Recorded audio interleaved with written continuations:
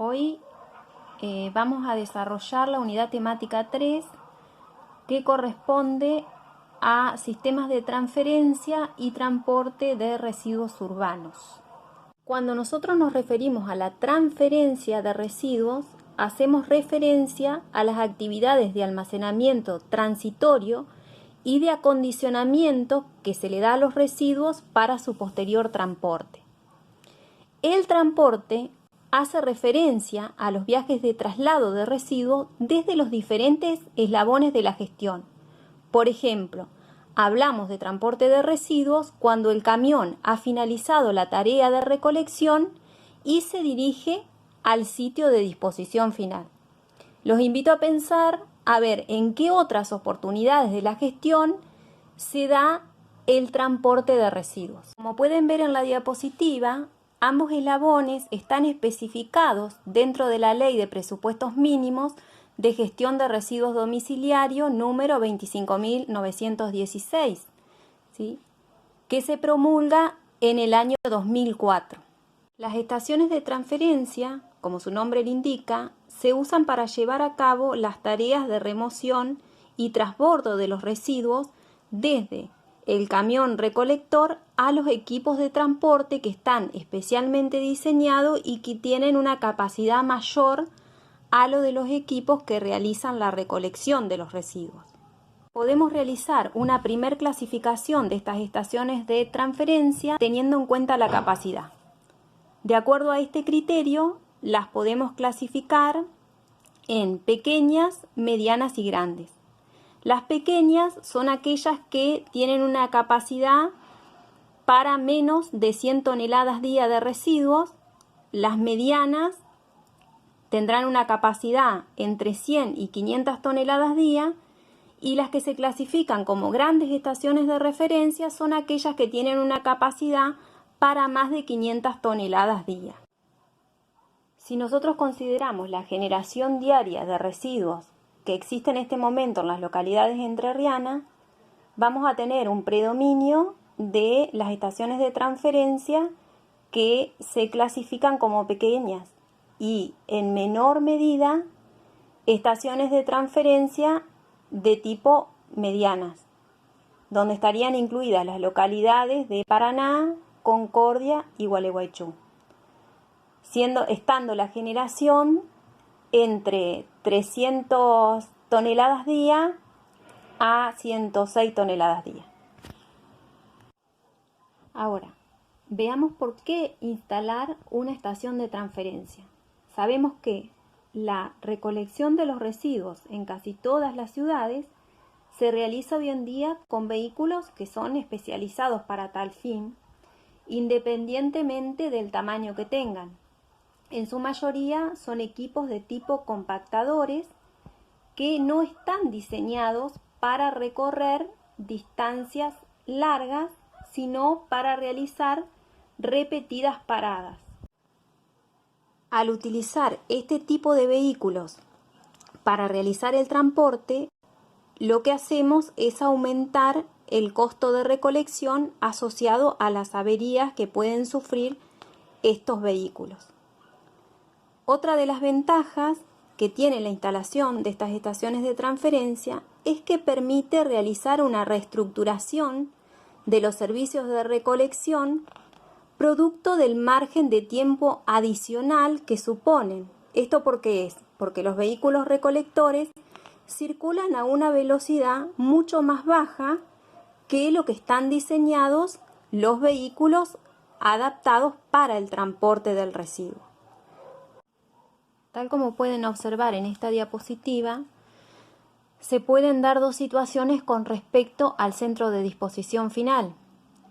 Lo que pasa en nuestra provincia es que los centros de disposición final de residuos están cercanos a los puntos de finalización de la recolección, pero en las grandes ciudades esa distancia entre el final de la recolección y el sitio de disposición final es cada vez mayor y eso es lo que aumenta el costo de transporte.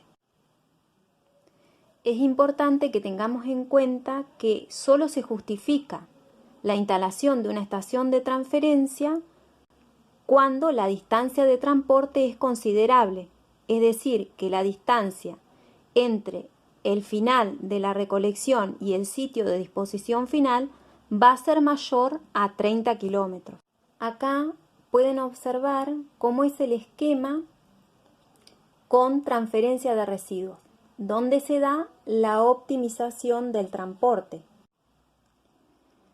Al analizar la instalación de un sistema con transferencia de residuos, es muy importante realizar la evaluación correcta del costo-beneficio, ya que mínimamente deben contemplarse algunos elementos constitutivos de esto, entre los que se incluyen una entrada que permita la circulación y maniobra de vehículos, que es lo que técnicamente denominamos zona buffer, una balanza, una plataforma para recepción de los vehículos recolectores, una fosa para almacenamiento de residuos, los sistemas transfer, que son equipos que se utilizan para mover los residuos, equipos de compactación, que generalmente son compactadores de tipo estacionario, dependiendo de la cantidad de residuos que se requieran manejar, además de los sistemas de captación y de tratamiento de aguas, y por último, todo lo que tiene que ver con las dependencias administrativas.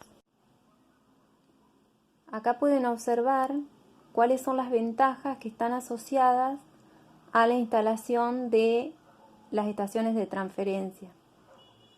Se destacan entre ellas la economía de transporte, el ahorro de trabajo y de energía, la reducción de desgastes y de roturas que mencionábamos, la reducción del frente de descarga y las posibilidades de reciclado de los residuos. La economía de trabajo está referida a la dotación de personal necesario para realizar el transporte. Además, hay una optimización del tiempo y de la cantidad de residuos transportados, mientras que en un tipo de camión se transporta por viaje 5 toneladas, en el camión que está diseñado para ello se pueden transportar 25 toneladas, es decir, que hay menor cantidad de viajes para mayor cantidad de residuos transportados. Uno de los aspectos más importantes para la salud ambiental es la reducción del frente de descarga. Como podemos observar, esa reducción es considerable y lo que hay es una disminución importante del punto de contacto entre los residuos y los operadores. Esto hace que la disminución del riesgo sea importante.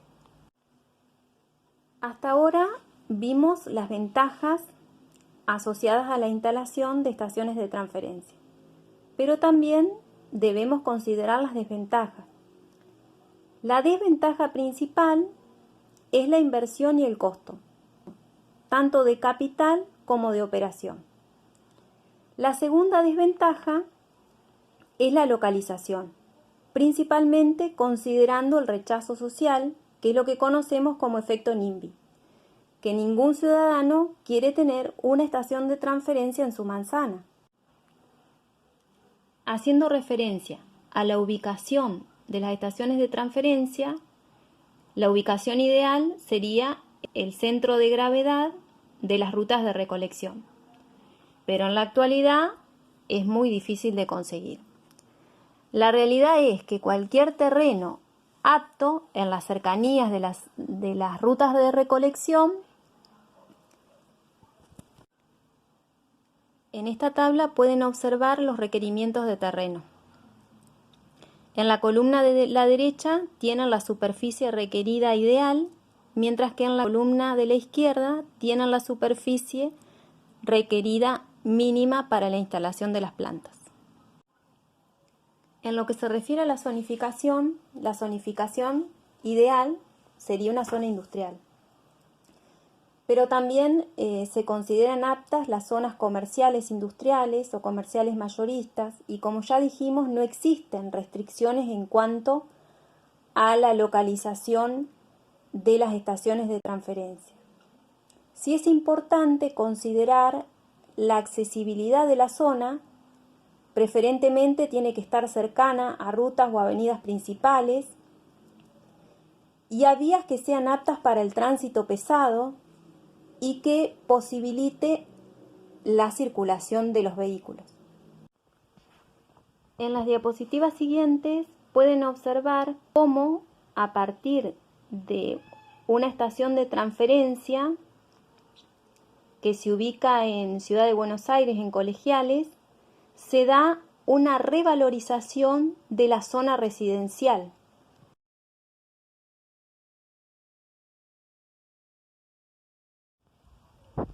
En este caso en particular, la revalorización estuvo asociada a la dotación de servicios básicos en la zona.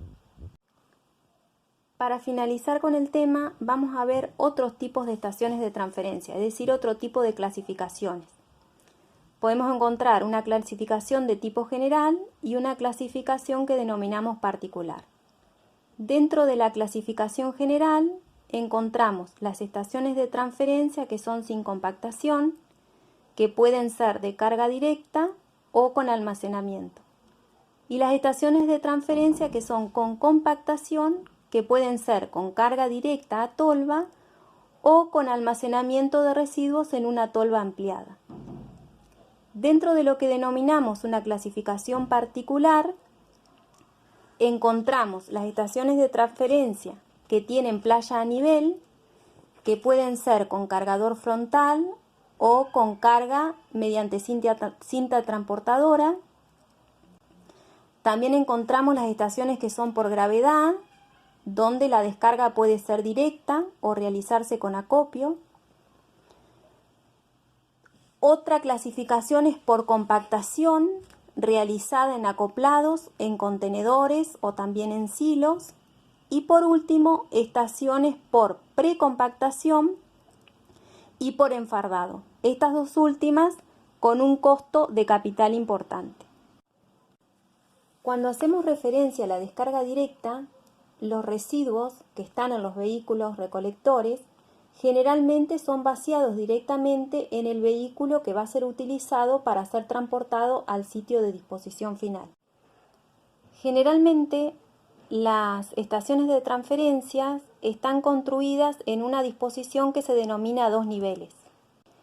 Se puede elevar la plataforma o el denominado dique de descarga, desde el cual son descargados los residuos de los vehículos de recolección en los tráilers de transporte, o bien se pueden colocar los tráilers de transporte en una rampa más baja. En las plantas de transferencia que son con almacenamiento de la descarga, los residuos son vaciados en una fosa de almacenamiento o también pueden ser dispuestos sobre una plataforma desde la cual son cargados en los vehículos que los van a transportar. Para ello es necesaria la utilización de equipos auxiliares, como los que pueden ver en este caso, una pala cargadora. Con respecto a las medidas de saneamiento, la mayoría de las estaciones de transferencias modernas están cercadas y están construidas por materiales que se pueden mantener y limpiar fácilmente. En la mayoría de los casos se utilizan construcciones a prueba de incendio, esto es debido a la alta carga de fuego que se maneja. La mejor manera de mantener el saneamiento total de una estación de transferencia es controlar continuamente la operación, de manera que los residuos sólidos que se dispersen puedan ser recolectados de manera inmediata y, por otra parte, impedir que se acumulen por más de 6 días. Otra cuestión importante a considerar es la aspersión de líquido que se debe realizar desde arriba para asentar el polvo en las áreas de almacenamiento, sumado a que todos los trabajadores deben contar con las capacitaciones y los elementos de protección personal que se requieran, ya que recordemos que estamos trabajando con residuos. Para finalizar, en las diapositivas siguientes pueden ver los equipos que se utilizan para el transporte de residuos, tanto para el transporte carretero como ferroviario o por vías navegables. Es importante aclarar que en lo que respecta al transporte de residuos en nuestro país, el más utilizado es el transporte carretero a granel sin compactar, siguiendo en importancia el transporte a granel compactado. El transporte que hace referencia a vías navegables ha quedado relegado para el transporte transfronterizo de residuos de tipo peligrosos.